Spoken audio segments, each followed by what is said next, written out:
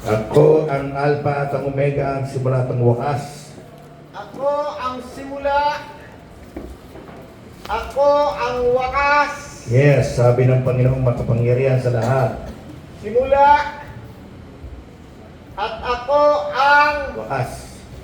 simula, ang wakas. At ako ang Isang kasalukuyan, nakaraan at darating. darating. Yes.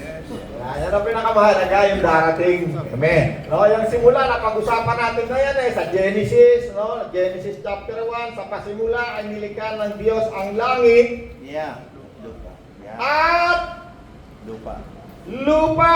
No, ilang araw yan, dinilagay ko ilang araw Nilagyan lang ng araw yon nung nilikha na ng Diyos yung liwanag, Yeah. yung puno, at pagkatapos pinakahuli yung mga tao. Yan. Paano nililikha?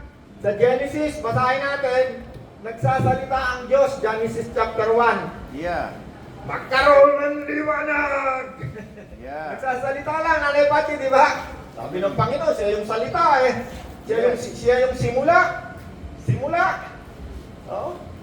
Alpha. Alpha. Alpha and Omega. Omega. May Omega, gaya yata yung Omega. Yeah, yeah. Pag pinagsama mo yan ganyan yan Ayan. Ayan. Ayan, Alpha. Omega. Walang kita nyo yan? Oh. Nakita nyo yan? Di ba nyo yung damit nyo, yung puso nyo, nandyan yan, Ayan, yung nasa puso nyo, Ay, hindi ko pala suot. Ayan, Ayan. Alpha, Omega. Ayun, Alpha, Omega, at ang darating. Tinan nyo, alam nyo kung saan ang galing yan? Alam nyo yung Alpha ng yung logo na yan ng RCPJC, siguro 3 taon ko yung pinag-uisipan. Ano kaya yung logo lang lagay ko dito? Yeah. Alam nyo, isang araw na isip-isipan ko, okay manalangin sa Panginoon at ako'y tumungon. Humingi ako ng logo. Abay, pagtingin ko ganyan, dire-diretso ako nagsulat na ganyan, yan ang lumabas. Ang Panginoon ang nagbibigay. Yeah. Balik tayo sa Bible, ha? Sabi ng Panginoon sa Genesis.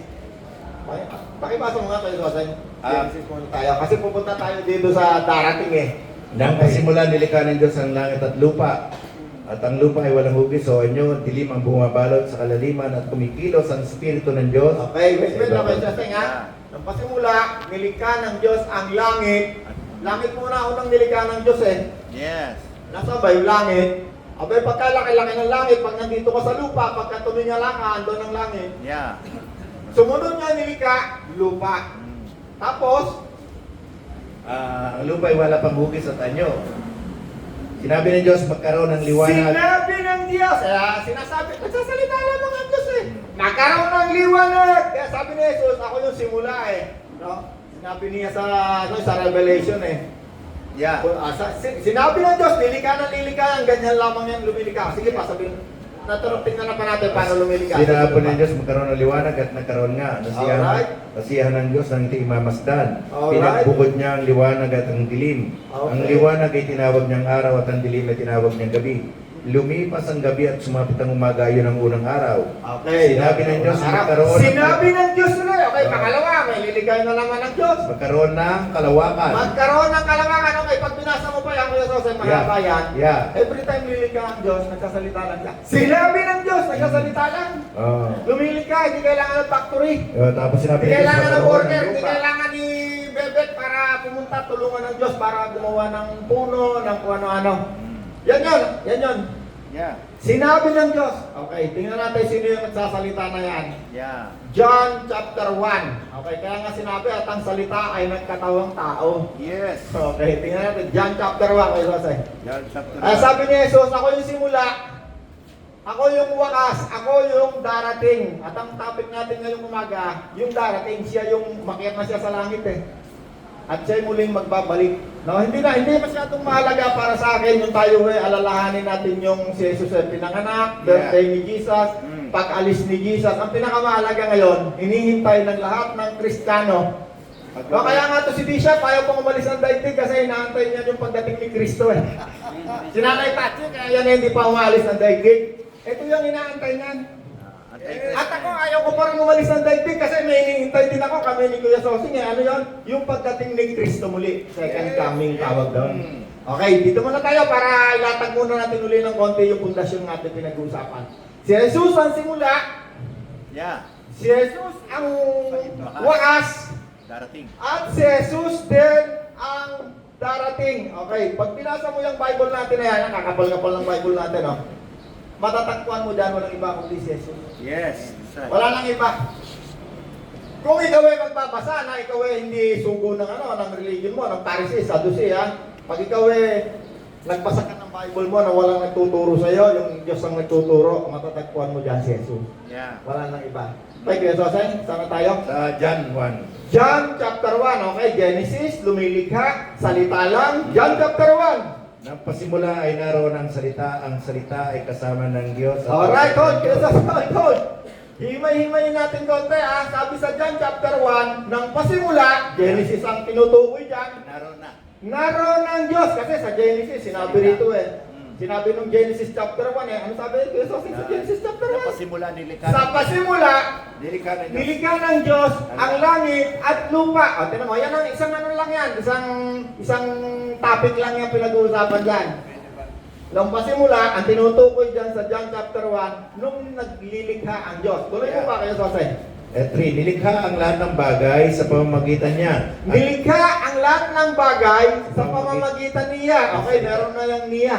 Okay, niya, si niya. Titingnan, sino yung siya. At Okay. walang anumang nalikha kung hindi sa pamamagitan niya. Walang anumang nalikha ng hindi sa pamamagitan niya.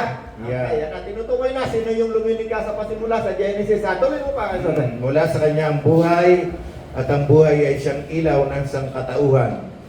Nagliliwanag sa kadiliman ng ilaw at hindi ito nagapi kailanman ng kadiliman. At naparito si Juan na sinugo ng Diyos upang magpatotoo sa mga tao patungkol sa ilaw at upang ang lahat ay sumampalataya dito. Hindi siya ang ilaw, subalit naparito siya upang magpatotoo patungkol sa ilaw. Ito ang tunay na ilaw, dumarating ito sa sanlibutan upang magbigay liwanag sa lahat ng tao. Dumating ang salita sa sanlibutan, ngunit hindi siya kinilala ng sanlibutan ito. Nanilikha sa pamamagitan niya. Hold. Dumating Ang salita. yung sinasabing siya, nilalagyan na siya ng ng identity Ah. Siya daw yung ilaw. Yeah. Yung ilaw na yan, hindi nakilala ng sanlibutan. Okay? Ulitin mo ulit, yung pinakaulit. Hindi siya, nagliwanag sa kadiliman ng ilaw, at hindi ito nagapi kailanman ng kadiliman. At naparito si Juan na sinugo ng Diyos upang magpatotoo sa mga tao patungkol sa ilaw at upang ang lahat ay sumampalataya sa ilaw. Hindi siya ang ilaw, subalit naparito siya upang magpatotoo patungkol sa ilaw. Ito ang tunay na ilaw. Dumarating ito sa sanlibutan upang magbigay liwanag sa lahat ng tao. Nung verse na yan, kayo Soseng. Verse 9. Okay, hanggang 14. Dumating ang salita sa sanlibutan, ngunit hindi siya kinilala ng sanlibutan ito. Hold. Ano sabi? Dumating sa sanlibutan Yung salita na lumilikha doon sa binabasa natin Genesis, dumating na sa sanlibutan. Yes. Okay? Ngunit hindi siya kinilala ng sanlibutan ito. Yeah. Okay, tuloy mo pa kayo Soseng. Pumunta siya sa kanyang bayan, ngunit hindi siya tinanggap ng sarili niyang kababayan. Pumunta siya sa kanyang bayan. Sino yung tinitigan? Yung siya, yung lumikha. Mm. Ngunit hindi siya tinanggap ng kanyang mga kababayan. Okay, ang tinutukoy niyang mga kababayan, yung mga Hudyo. Yeah. Na hanggang sa mga oras na to, hindi pa siya kinikilala. Pero, pagdating nung sinasabi ni Jesus, siya yung darating. Yan, Yeah. kikilala sila. Second Yeah. coming, kikilala sila kay Kristo. Yes. Ngayon, sa first coming, hindi sila tumanggap kay Kristo. Sa oras na to, sila'y nakatalikod. Ayaw nila kay Kristo. Kaya tayo mga hintil ay napasapi ngayon sa kabutihan, kahabagan, kaawaan ng Diyos. Amen. Yes. At kung sabi, ang pagtalikod ng mga Hudyong ito na hindi tumanggap kay Kristo ay nagdulot Ng kalistasan niya. ng kaligtasang kahabagan sa ating mga hintil, gaano pa kaya ang idudulot nitong pagpapala, kagalakan sa ating mga hintil kapag ang mga Hudyong ito'y Bumalik. humarap na tumanggap kay Kristo sa kanyang pangalawang pagdating. Yes. Okay, tuloy mo pa kayo sa atin. Pumunta siya sa kanyang bayan, ngunit hindi siya tinanggap ng sarili niyang kababayan. Subalit ang lahat ng tumanggap at sumampalataya sa kanya ay binigyan niya ng karapatang maging mga anak ng Diyos. Hallelujah! Sila nga'y mga naging anak ng Diyos, hindi dahil sa isinilang sila ayon sa kalikasan o kagustuhan o paggagawa ng tao, kundi ang pagiging anak nila ay dahil sa kalooban ng Diyos. Hallelujah! Okay. Okay na. Okay, 14. Okay, 14 pa. Ang salita ay naging tao at Ang nanirahan salita- sa piling namin. Ang salita na lumilika sa Genesis ay nagkatawang tao, At nanirahan sa piling namin. nanirahan sa piling namin. Nakita namin ang kalawalati ang tunay na kanya bilang kaisa-isang anak ng Ama, siya ang puspos ng kagandahang loob at ng katotohanan. Hallelujah. O, alam na natin kung sino yung simula, ha? Sabi ni Jesus, ako yung simula, eh. Siya nagsasabi sa Revelation, eh. Tatlong beses niya sinabi yan, eh. Yeah. Oh. Maraming verse sa Revelation para lang may mga naglilista ako, nakikita ko, eh. Yeah. Revelation 1:8, Revelation 21:6, Revelation 22:13. Si Yeah, Jesus yeah. ang nagsasalita dyan. Kasi itong si Juan, ito ay tinapon ng Yeah. Roman Empire sa isang ulo. Pangalan ay Patmos. Nanay Pachi, no? Dictionary ko yan sa Nanay Pachi, saka si Kuya Tosing. Kasi, nung umalis si Jesus, Yeah. di ba nung nakaraan linggo, meron tayong pinag-aralan eh. 30 years eh, oh. Si Jesus ay nabuhay eh. 33. Nung umalis si Jesus, 70 years, yung templo na yan kung saan si Jesus ay inialay nung siya ay pinanganak. At nung pinanganak ang Panginoon ay inialay siya dyan sa templo na yan, eh, merong isang propeta ang pangalan Simeon. Anay Pachi, di ba? Yeah. Isa pa, may dalawa yata yung propeta nandun. Ana, eh. si Ana. Si Ana, yung isa si Simeon. Sabi ni Ana, sabi ni Simeon, hanggang hindi ko nakikita yung pagdating ng Mesiyas, hindi ako mamamatay. Yeah. Andun siya araw at gabi sa templo. Binabantayan niya yung pag-aalay ng magulang ni Jesus sa templo. 70 years na bago umalis si Jesus. Nandun niya sa binabasa natin sa Mateo 24, bago umalis si Jesus, sabi ng kanyang mga alagad, ang ganda-ganda naman ng templong yan. Sabi ni Jesus, yung nakikita ninyong templo na yan, nakaganda-ganda. Sino sa inyo nakarating na sa ano ba itong simbahan ng Katoliko rito sa Manila Cathedral? May nakarating na sa inyo? Manila Cathedral, yung pinakamalaking simbahan ng Katoliko dito sa Manila. Tama ba? Manila Cathedral ba tawag doon? Quezon City? Yeah. Oh. Sino nakarating na? Wala pala. Wala pala nakarating. Retromorse yata yun. Pinakamagandang simbahan ng Katoliko. Kung gaano kaganda yon, itong templo na to, wala yung kasing ganda ng templo na to kasi itong templo na to, ito ay napakaganda. Yeah. Yung unang pagkagawa dito sa templo na to, actually pangalawang ginawa na yung templo, yung unang ginawa maganda, pero yung pangalawang pagkagawa, sabi, mas maganda eh. Napakagandang gusali. Sabi ni Jesus, ito naman, itong mahal na araw na to, yung sineselebrate natin. Naglalakad sila. Sabi ng mga alagad, ang ganda naman ng templo na to, sabi ng Panginoon, walang matitira sa templong yan. Lahat igugulo. Sabi ng lahat yan ay iguguha. Sabi ng mga alagad, bakit po? Sabi ng Panginoon, sapagkat ang templo na yan, ang mga Hudyo na yan, ay tinangkang kutupin ng Diyos sa pamamagitan ko, ngunit ayaw nila. Kaya ang templong yan ay pababayaang nakatiwangwang. Hanggang sa mga oras na to, nakatiwangwang yan, yung templo na yan. Yeah. Ay, hindi pala. Yung templo na yan, naginiba 70 years pag-alis ni Kristo. Pagdating ng 500 years, yan, dumating na yung mga Muslim, si Muhammad, nagkaroon ng panibagong mga emperor, yung Mongol, yung Byzantine, yung Ottoman, dumating yan, tinayo nila dyan, mosque. Hanggang sa mga oras na to, yan ang mosque nakatayo dyan.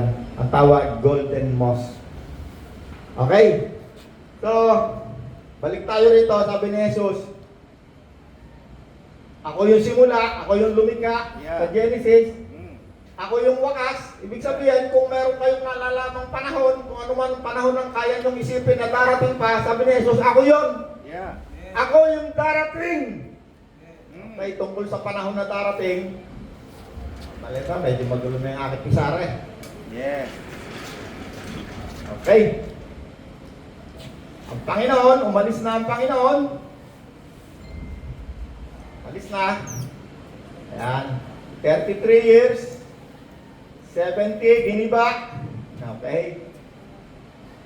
Ang ating ngayong pinabantayan na kahit higpit nating binabantayan, 2026 nga, ano? Yes. Yung kanyang Babalik. pagbabalik muli. Mm. Yan ang hinihintay natin. Ngayon, doon sa nakaraan nating topic, di ba? May tinanong sa Panginoon, kailan ka babalik? Ang palatandaan na binigay ng Panginoon, wala siyang ibinigay na date eh. Pati, walang date, di ba? Wala. Actually, sabi ng Panginoon, ako'y babalik katulad ng magnanakaw sa gabi. Walang nakakaalam. Pero, nagbigay ang Panginoon ng palatandaan katulad ng mga anak, sabi ng Panginoon. Oh. Di ba yung birth pain? Sino ng anak na? Mga girls. Mga girls, may anak na kayo lahat. Lahat, ikaw, may anak ka na. Paano mo ba nararamdaman pagka lalabas na yung ano mo, yung anak mo? Kasi yung anak ko, asawa ko, parang ano yung kalabaw ko mga anak, ang bilis. Ay, asawa ko natatanong, paano mo ba nalalaman pag, ayun na, lalabas na, ayun na. Muntik na nga yung mga anak sa ano eh. Pagka second na lang. Ay, ang Nanay Pati natatanongin ko, Nanay Pati, nanganak ka na ba, di ba? Hello. Paano mo nalalaman na, ayan na, lalabas na, hindi na pwedeng pigilin. Per second na lang. Okay, hindi, ibig sabihin na Nanay Pati. May mga Wala ko kay Nanay Pati eh. Yung humihilab, Yes. yung paghilab ng tiyan, yan ang palatandaan na yan na lalabas. Yung paghilab, pagka medyo malayo pa, humihilab. After mga 2 hours, hihilab ulit. Kaya sabihin ng doktor, maglakad ka muna dyan sa pasilyo. Kasi alam ng doktor, hindi ba yan lalabas? Kasi kung humilab, 1 oras, 2 oras pa eh. Pagka second na lang. Pag yan eh, ang hilab niyan eh, padalas ng padalas. Alam mo ng doktor, humiga ka na, lalabas na yan. Kasi, sabi ng Panginoon, katulad ng mga anak, sabi ni Kristo, kapag nangyayari na ang mga ito, binanggit na natin last week eh, ano yung mga ito? Sabi doon eh, andyan yung giyera, Nation. Nation. taggutom, Yeah. salot, labanan, yung away. Oh. Sabi ni Jesus, kasi sa oras na to ngayon, naranasan na natin lahat yan, yung birth pains na yan. Ngayon nga, yung Yemen, sumali na rin ngayon sa giyera. Ano ang giyera ngayon? Amerika, Iran, Palestine, Lebanon, Oh. Yemen. Kakagiyera lang nila sa ano eh. Yung Iraq, kakatapos lang nilang todasin ng Iraq eh. Yung, saan ba ito? Yeah. Samot-samot lang kanilang ginigiyera eh. Oh. May gigirahin pa sila sa North Pole. Itong Canada, mukhang kukunin nila, etc. Pero alam nyo ba ang sinasabi ng Panginoon? Huwag kayong matatakot sa mga yan kasi kailangan mangyari ang mga yan. Talagang yan ay mangyayari. Yes. Pero yan, sabi ni Kristo, sa kanyang pagdating, yan ang palatandaan na darating na si Kristo. Lahat ng yan, nakikita na natin lahat yan. Yung lindol. Tingnan nyo yung record ng science sa mga, nagre-record niya ng ano, buong mundo, nagre-record niya eh. Tingnan nyo yung record nila. Kung mga nakaraang 100 taon na yung madalang, tingnan nyo ngayon, dikit-dikit ngayon.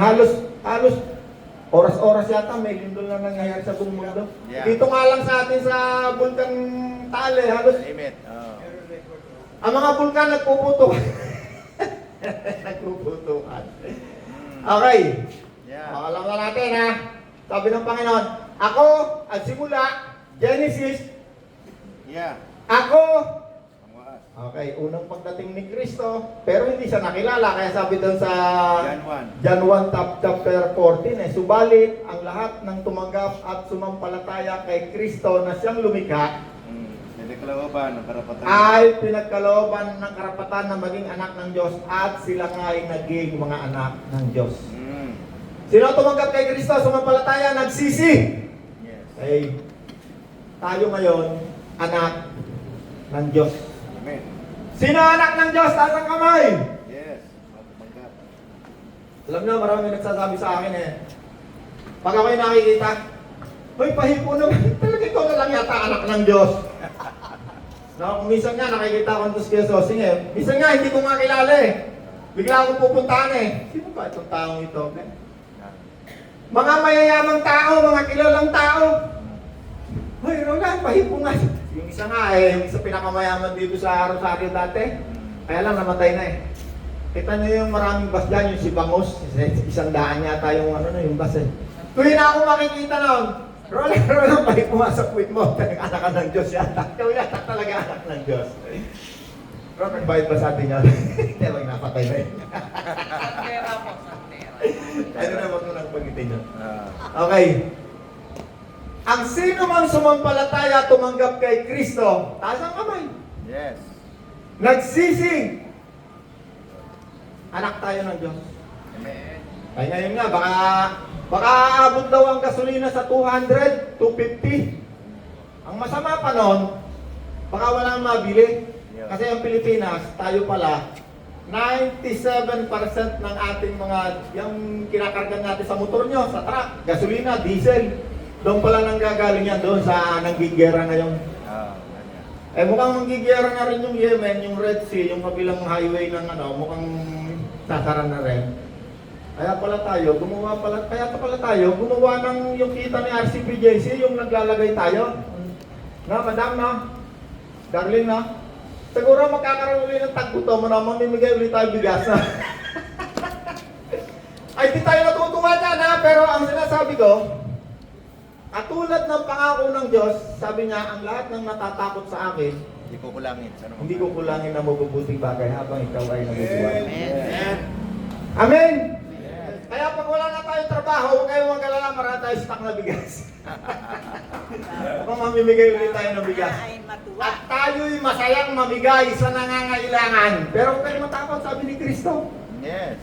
Kailangan mangyari Yan, mga ang kapatid. mga iyan. Mangyayari talaga yan kahit tayo matakot, wala naman tayong magagawa dyan sa takot na yan.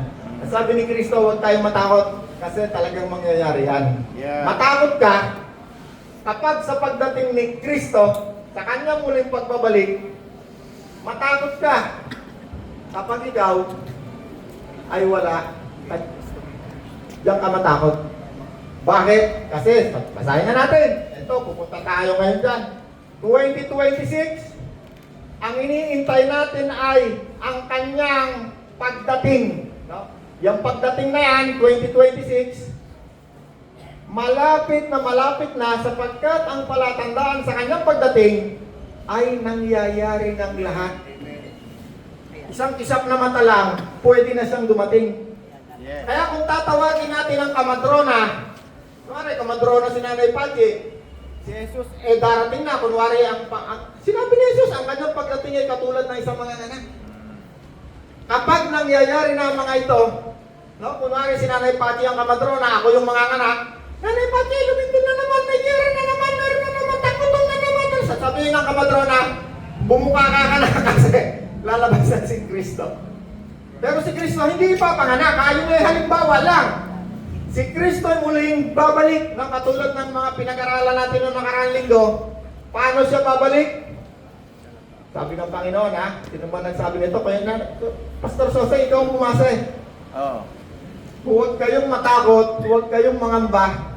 Isang hiwaga ang nais kong malaman ninyo upang hindi kayo magdalamhati. Yeah. Basta sa loob niya. Kayong mga nabubuhay pa, hindi kayo mauuna sa mga namatay na. Yes. Sa pagbabalik muli ni Kristo, ang mga namatay na sumasampalataya, kunwari si Bishop, hindi na niya inabot, namatay, kunwari. Ang mga namatay na sumasampalataya, kung matatandaan niyo yung pinapaupo ko kayo rito, ito yung patay na, ito yung buhay, ito yung Hudyo, ito yung Hentil. Sabi ng Panginoon, huwag kayong magkaalala, sapagkat ang mga sumasampalataya na namatay na ay hindi mauuna sa mga nabubuhay pa. Ang unang bubuhayin, pagdating ni Kristo, ay yung mga namatay na kay Kristo. Okay? Inalitulad ko si John J. Namatay eh. Namatay, hindi sumasampalataya, ililibing ang katawan, yung kanyang kaluluwa, nandoon sa daigdig ng patay. Si Bishop naman, kung si Bishop ay nawala, sumasampalataya, ililibing din ang katawan, yung kanyang kaluluwa ay pupunta kung saan naroon si Kristo. Yes. Ang Panginoon Jesus mismo nagkwento nun. Hindi nakita nung patay na nagpunta sa langit si Kristo kasi siya yung nagkukwento, buhay pa siya nun. ang nakita niya ron, nung nagpunta sa langit, si Abraham. Kasi si Abraham, si Moses, nandun sila. Lahat ng naghihintay kay Kristo, kahit hindi pa siya dumarating, nandun sa langit. Pag ikaw ngayon namatay, si Bishop, ang una niyang makikita ron, si Kristo. Bakit? Bakit nandun sa langit si Kristo eh? Si Abraham, di naman niya kilala eh. Di naman Hudyo yun eh. Yeah. Baka yung mga Hudyo, kilala nila si Abraham. Si Nanay Pachi, kung kilala dito si Abraham, baka makita mo rin si Abraham doon, kung kilala mo. Pero sigurado, si Kristo kilala mo. O sigurado, si Kristo makikita mo rin, kasi si Kristo kilala mo eh. Yun ang makikita natin. At sa pagbabalik muli, pagdating ni Kristo, kaya maraming tao, ang pangarap na pangarap, makarating sa langit eh. Okay naman yun. Pero alam nyo, yung langit, pagbalik muli ni Kristo, kasama ka uli babalik dito. Malupa. At pagdating ni Kristo, no? Sinong kasama ni Kristo? Ang lahat ng mga anghel. Sino pa? Yung mga taong namatay na pumunta raw sa langit. Kaya nga, tayo, pagdating ni Kristo, ano naman ang mangyayari sa atin? Tayo'y bibigyan ng katawan na katulad ng katawan ni Kristo na hindi na mamamatay kailanman. Yeah. Glorified. Paano papalitan? Isang hiwaga. Yes. Sa isang kisap mata. Yes. Gaano kabilis? Sa isang kisap mata. Ayan o, kumikisap ako. Hindi nyo nga ako nakikita eh. Kung paano ako kumikisap eh, napakabilis eh. Gaano katagal? Sa isang kisap mata, ang lahat ng taong tumanggap kay Kristo ay babaguhin, papalitan ng katawan na hindi na mamamatay. Sino ang papalitan ng katawan? Yung sumasampalataya kay Kristo. Kaya nga sinasabi, ang isa ay gumigiling, ang isa ay iiwan yung isa ay mawawala, sasalubong kay Kristo. Pinaunawaan kayo?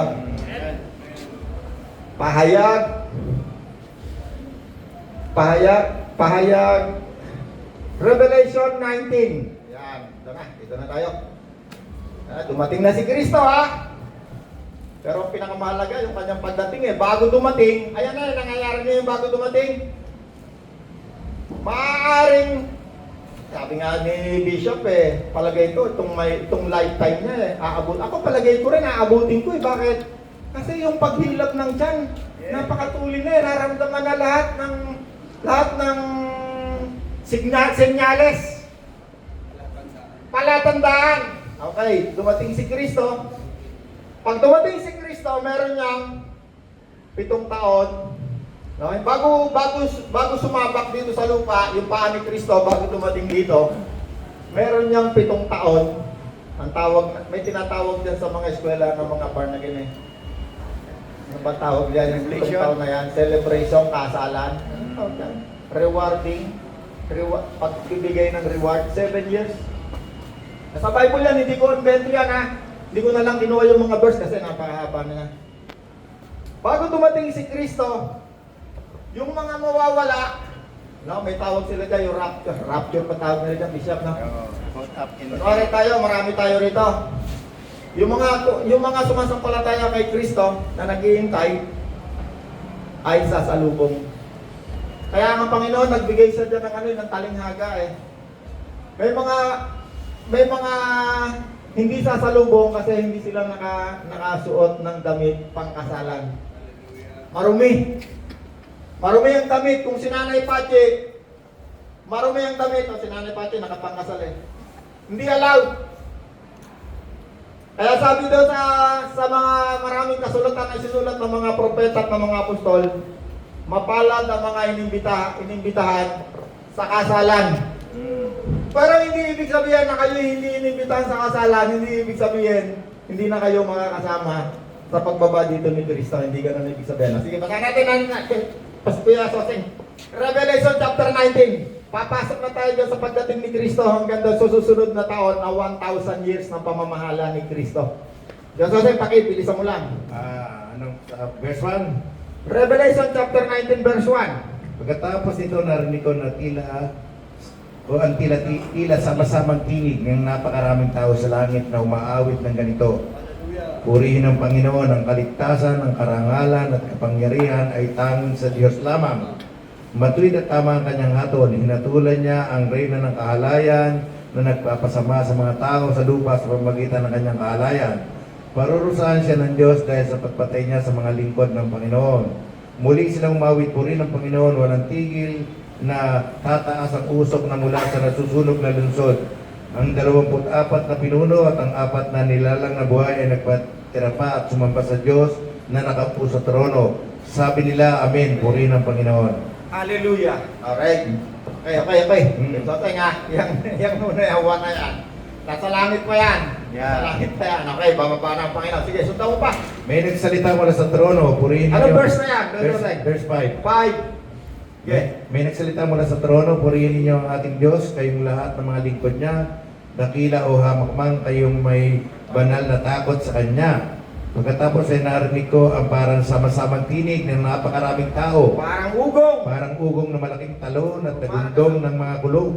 Ganito ang sabi ng tinig, purihin ang Panginoon sapagkat naghahari ang Panginoon nating Diyos na makapangyarihan sa lahat.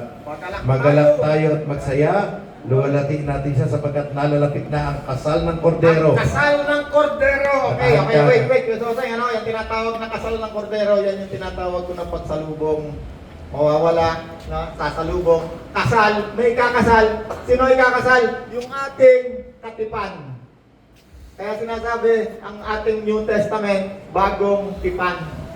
Yes. Meron tayong boyfriend na hinihintay. Sino ikakasal? Iglesia, tayo. Ang tawag sa atin ng mga tumanggap kay Kristo, katawan ni Kristo. Tinatawag din tayong babaeng ikakasal. The bride. The bride. Mga talingaga yan, pero ito yung ibig sabihin niya. Tuloy mo pa kay Jose. Magalak kayo at magsaya, luwalhati natin siya sapagkat nalalapit na ang kasal ng kordero. Nakahanda na ang kasintahang babae. Hoy, hold. Kasi ang kasintahang babae na tinatawag na nakahanda, yung mga naghihintay, katulad natin ngayon na pinag-uusapan natin, pagbabalik ni Kristo. Yes. Tayo yung naghihintay na naghahanda sa pagbabalik ni Kristo. Paano tayo naghahanda? Alam natin na si Kristo ay naririto, gumagawa tayo ng mabuti. Yes. Na dati tayo puro kasamaan ng ating nalalaman. Ang mabubuting gawa ay ang damit, no? Merong isang ano dyan, merong isang ano dyan kay Jose, no? Nagiging mabuti na tayo. Bakit? Sapagkat ang masama, hindi pwedeng sumalubong kay Kristo. Yes. Naging mabuti lamang tayo dahil sa Espiritong Banal na naririto ngayon sa ating katawan. Tuloy mo kay Jose. Nabihisa na siya ng malinis at puting-puting lino. Ang lino ay sagisag ng mabubuting gawa ng mga hinirang ng Diyos. Hallelujah, hold. Yes. Kaya tayo ngayon, nagiging mabuti, katulad ko. Dati akong babaero, magnanakaw, manlalamang, lahat ng kasamaan, alam ko. Hindi ko lang nagawa isa, pumatay Yes. ng tao. Kaya ngayon, tumanggap ako kay Kristo, ako'y nagkakaroon ngayon ng magarang damit pang kasal. Ibig sabihin doon, nagiging mabuti na ako ngayon, nakakagawa na ako ng mabuti. Kaya nakakapamigay ako ng bigas eh. Eh kung wala si Kristo sa akin, ang bahala ka sa buhay niyo, basta ako, mabubuhay ako ng masaya sa aking sarili. Yeah. Tuloy mo kayo sa akin. Yan. At sinabi sa akin ng mga, ito, ulit natin, magalak tayo at magsaya, luwalhati natin siya sapagkat nalalapit na ang kasal ng kordero. Nakahanda na ang kasintahang babae. Nabihisa na siya ng malinis at puting-puting lino. Ang lino ay sagisag na mabubuting gawa ng mga hinirang ng Diyos. Amen. At sinabi sa akin ng anghel, isulat mo ito, mapalad ang mga inaanyayahan sa Mapalad kasalan. ang mga inanyayahan sa kasalan ng kordero. Yeah, itinutog pa niya, ito ang tunay na mga salita ng Diyos. Eh, tuloy pa kayo. Nagpatira pa ako sa kanyang paanan upang sabihin siya, ngunit sinabi niya sa akin, huwag, ako may alipin din tulad mo at tulad ng ibang mga mananampalatayang nagpapatotoo tungkol kay Jesus. Ang Diyos ang sambahin mo sapagkat ang katotohanan ng pinahayag ni Jesus ang siyang diwa Diwa ng lahat ng pinahayag ng kapahayagan. ng mga Ng propeta. pinapahayagan. Nakita ninyo, ano, ang nagpapahayag pala ng mga tungkol kay Kristo ay matatawag natin isang propeta kasi ang diwa ng propesiya ay ang pagpapahayag tungkol Kay kay Jesus. Kristo. Yes. Kaya si Nanay Pati, yumalagyan niya kung saan nagbabahagi ng salita ng Diyos. Si Kuya Jose, every Sunday, tatlo-tatlong simbahan pinupunta niya. Si Bishop, every Sunday niya, kung saan sa Norte, kung saan niya. Susunod sa Araneta Coliseum, Cuneta Astrodome. Anong gagawin? Magpapahayag ng salita ng Diyos. Amen, Lord. Amen. Hallelujah. Ang tawag pala sa mga taong nagpapahayag sa salita ng Diyos ay pwede kang tawagin isang propeta sapagkat ang pagpapahayag tungkol kay Kristo ay diwa ng propesiya. That's right. Yeah. Hindi yung mga haharap sa'yo. Ikaw, Bishop, ikaw pupunta ka ng Taipei, ikaw tatalon doon sa ilog. Hindi pala yun. Ang diwa ng propesiya na sa tunay na propeta ay ang pagpapahayag tungkol kay Kristo. Yes. Hallelujah. Tuloy pa kayo, Jose. No? Andito tayo, tatakbo na tayo dito sa pagdating. Andyan na, yung pagdating ni Kristo. Ano mangyayari? 2026 tayo ngayon. Sige, tuloy mo pa kayo, Sinabi sa Jose. kanang ngayon, sulat mo ito, mapalad ang nangyayaan sa kasalan ng Mapalat ang inanyayahan. Ibig sabihin, Pero, yeah. merong mga hindi inanyayahan, pero hindi ibig sabihin hindi kayo inanyayahan sa kasal. Kasi yung kasal na yan, andito yan sa alapak, suspended in the air. Wala yun dito sa lupa. Pabalik pa lang dito. Makikita ng lahat. Si Jesus ay naroroon. Kaya sabi, ang pagbalik ni Kristo parang kidlat eh. Yeah. Makikita ng lahat. Yeah. Mula dulo, silangan hanggang kanluran. Pero sa tuloy. Pagkaraan ito'y nabuksan ng langit at nakita ko ang isang kabayong puti. Ang sakay nito'y tinawag na tapat at totoo sapagkat matuwid siyang mumatol at manidigma. Hold, Jose. Okay. Ayan, lumabas na naman yung kabayong puti ha. Kasi sa Revelation chapter 4, nakita na yung kabayong puti na yan eh. Yeah. Kasabay yung bumaba ng kabayong maputla, ng kabayong itim, at ng kabayong pula. No, yan ang pagkakaduktong-duktong sa pamamahala sa daigdig na ito na idinuktong sa Revelation kay John Revelator mula doon sa pangitain na nakita ni Daniel na namamahalang 3 ulo, ginto, bakal, at magkahalong luwad. Yeah. Roman Empire, pamamahala. Ang lahat ng yan ay nawala na. Nahigop na lahat yan ng hangin nung dumating si Kristo sa kanyang unang pagdating. Yes. At nung si Kristo ay bumalik sa langit, eto na uli siya, babalik uli, kabayong puti uli. Anong Yeah. gagawin niya? Mamamahala siya ng, after ng kanyang pagdating, 1,000 years. Yes. Ayan na yung susunod. Dumating si Kristo ha. Dumating. Dumating na. Nagkaroon na ng kasalan. Nakasuspended yan sa alapaap. Pabalik yan sa lupa. Paglapat ng paa ni Kristo dito sa lupa, anong kanyang gagawin? Makikipagdigma. Mamamahala. Siya ang magbibigay ng kung ano man yung sanhi ng giyera ngayon. Si Jesus ang aayos ng kanilang problema. Kaya siya ang tatayo bilang middleman ng lahat ng bansa. Siya lamang ang magpapalakad ng kapayapaan sa daigdig na ito. Wala lang iba. Kaya yung gera na yan, huwag nyo expect na yan eh, matatapos yan, papayapa ang daigdig. Lalo pa yung gugulo ng gugulo ng gugulo ng gugulo. Tignan nyo ngayon ha, ang binabanatan ngayon ng Iran, yung nuclear site ng Israel. Ang binabanatan naman ng Amerika at saka ng Israel, yung nuclear power ng Iran. Pag yan ay merong sumulpot dyan nuclear power, ibig sabihin, yung nabasa natin dyan sa Revelation, meron dyan dalawa. Ang una, magtatatak sa noo. Yung mga anak ng Diyos, yung mga Israelita, tatatakan yan eh, sabay yan. Dito naman sa kabilang parte ng daigdig, yung mga hentil, meron diyang, bago dumating si Kristo, meron diyang, ang diablo kasi lagi yung uunahan niya kung anong gagawin ni Kristo eh. Yung 7 years na yan, na nagkakaroon ng celebration, biglang may uupo dito sa lupa, magdideclare, ako si Kristo. Dideclare niya, ako si Kristo, ako yung hari. Pero yung peking Kristo. No? Magkakaroon tayo ng tinatawag yung binasa natin noong nakaraang mga linggo, walang makakapagtrabaho kung walang tatak ng Antikristo. Antikristo. Dito naman sa bansang Israel, no, kaya hindi nila maintindihan yan kasi simultaneous, nakasulat sa Bible, nakaganon-ganon, pero simultaneous ang pangyayari.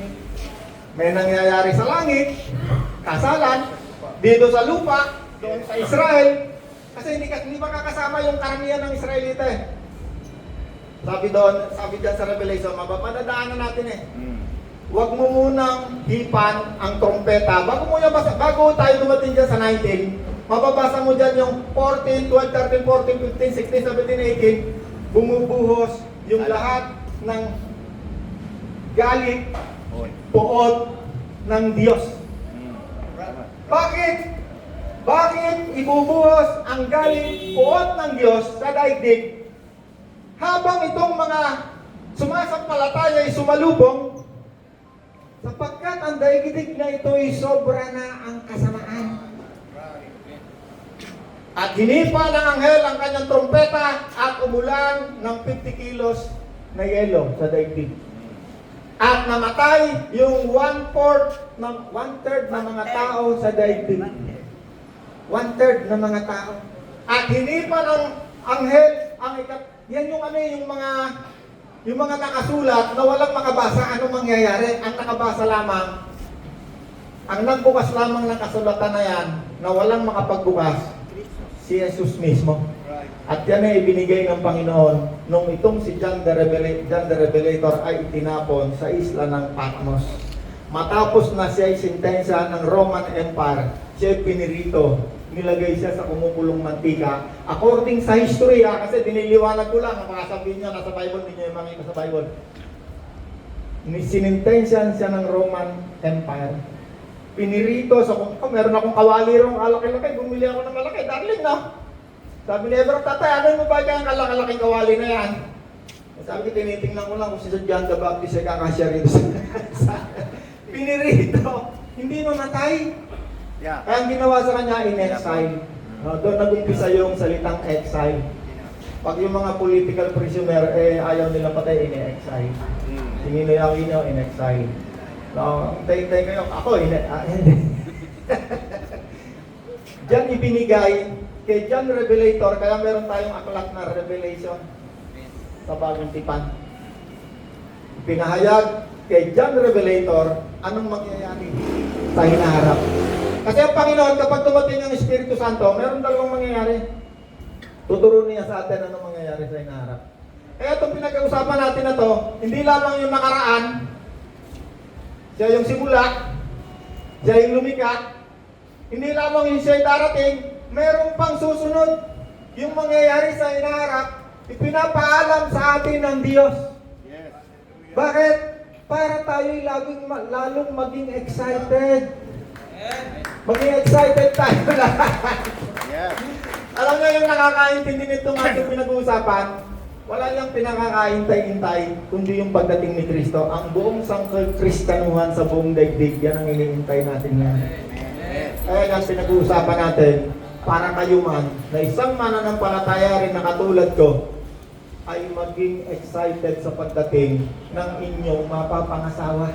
Amen. Inalintulad yan sa kasalan kasi walang ibang okasyon na pinakakapanapanabik sa buhay ng isang tao kundi yung ikaw ay makasal, Yes. magkaroon ka ng asawa. Yes.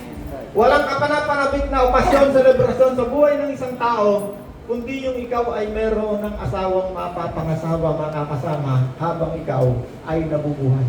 Yes. Naintindihan nyo? Hindi yan literal na kasalan, pero mas masigabo pa yan sa literal na kasalan. Kasi 7 years yan tatagal. At ang kasalan na yan, kapag ikaw ay kasama ni Kristo, ang feeling mo dyan, wala pang 1 oras yan. Tanong yung kasalan ng Muslim, napakatagal, tatlong araw yata, 1 linggo. Sanay pa na, kasalan ng mga Muslim, ano? Almost 2 linggo raw, sana ni Nanay Pachi kasi galing yata ito sa Hudyo yata. Hudyo ka baka Nanay Pachi. Sa Bible nakasulat eh. Okay, tuloy mo pa kayo Sosay. May oras pa tayo Rod. Yung pa naman ang kapanapan ko, yung pagdating ko to. Teka ko yung Sosay, tatapusin ko lang. Yeah. Sa 11, kasi mawawala yung momentum eh. Next year na yung 1,000 years. 19 verse 11, pagkaraan nito, nabuksan ang langit. Nakita ko isang kabayo puti na sakay nito tinatawag na tapat at totoo sapagkat matuwid siyang umatol at makipagdigma. Nagliliyab. Parang nagliliyab na apoy ang kanyang mga mata. At napagputulan. Sa kanyang ulo ay mayroong maraming korona. Nakasulat sa kanyang isang pangalan niya na siya lamang ang nakakaalam ng kahulugan. Number 1. Puno ng Si Jesus, hindi lamang isa ang korona niya. Yes. Marami. Mm. Marami. King of Kings siya eh. Yes, that's right. Kaya yung mga hari dito sa lupa, siya rin ang magiging hari nila. Yeah. King of King. Siya ay mamamahala dito sa lupa ng 1,000 years, hindi sa pamamahalang demokrasya, hindi sa pamamahalang komunista, o pamamahalang communist, democratic. Ano, yung Muslim, ano yan eh, akala natin theocracy yan, democracy ang karamihan dyan. Kaya yung ISIS, pag yan eh, namahala sa Muslim, theocratic ang gamit niya itong kanilang Bible, yung Old Law. Siyara, Pero kapag kaya na under na ng control ng demokrasy, hindi na. May hari sila pero democratic yung kanilang pamamahala. Si Jesus, pag dumating dito, ang uri ng kanyang pamamahala ay paghahari. Hari. Theocratic. No? Pero hindi walang law na susundin si Jesus kasi pinalaya niya tayo sa batas ng kautusan eh. Ang kautusan ni Kristo, law of the Spirit and law of Christ. Mababasa mo sa Bible yan. Ano yan? Hindi law of Moses. Okay, tutuloy ko lang. Tapusin ko na itong konterol. Nakasulat sa kanya ang isang pangalan na siya lamang na nakakalam ng kahulugan.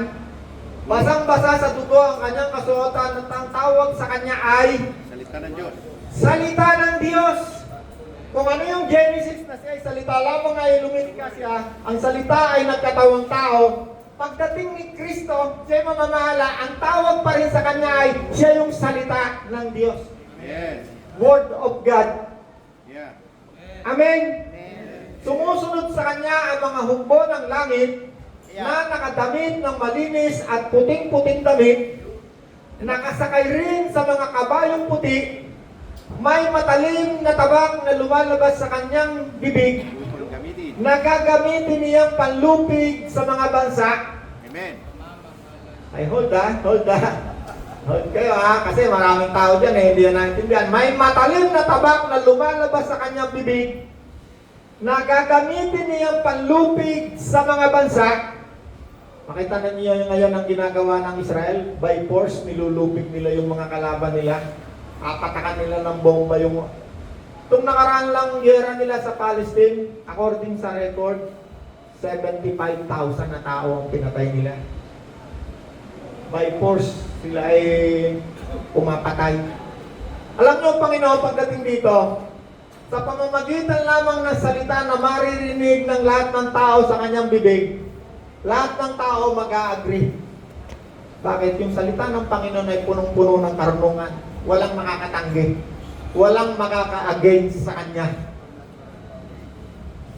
Kasi ang Diyos, nung inutusan nila ang Israel, nung sakupin na nila yung bansang Israel, ang sabi ng Diyos sa kanila, patayin ninyong lahat ang dadatnan ninyo dyan, pati hayop, pati tao.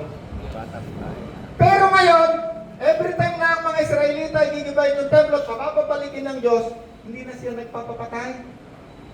At hanggang pagpabalik ni Kristo, hindi na inuutos ng Diyos na patayin ninyo kasi nautos na niya noon yun. Every time na itong mga Israelitang ito itatalikod sa Diyos, pangangalatin niya sa buong mundo. Every time niya na babalik doon, hindi na niya pinapapatay yung kanilang mga daratnan. Hindi. Kaya nga sinabi, bakit itong mga Israelitang ito? Hanggang sa ngayon, pinagpapapatay nila yung mga tao. Mapapaniwala ba nila na sila yung mga anak ng Diyos?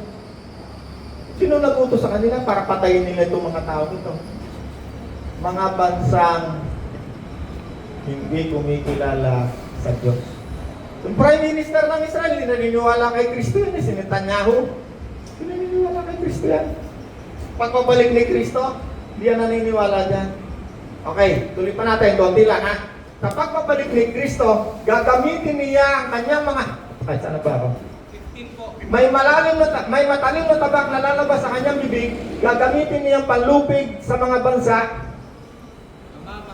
Mamamahala siya sa mga ito sa pamamagitan ng tungkod na bakal, paagusin mula sa pisa ng ubas ang alak ng puot ng Diyos. Okay, hindi ibig sabihin ng puot ng Diyos, si Kristo ang papatay sa lahat ng tao ha. Yung puot ng Diyos, bago yung dumating si Kristo, ibubuhos, ibinubuhos. Wrath of God. Makikita mo yan before Revelation chapter 19. Nandyan yung trompeta, pakakak, merong mga hudyat, kung ano-anong quote ng Diyos ang darating sa daigdig. At yung quote ng Diyos na yan, pag yan ay bumuhos dito sa daigdig, yung mga sasalubong ikakasal doon sa langit. Yes. Basahin ninyo yung buong Revelation. Napakagandang Revelation yan. Ibig sabihin ng Revelation, kapahayagan. Yeah. Ibig sabihin ng kapahayagan, mga mangyayari sa daigdig na ito. Amen! Amen. Woo! Thank you. Napawisan ako. Glad to be here. Ikaw ang hari.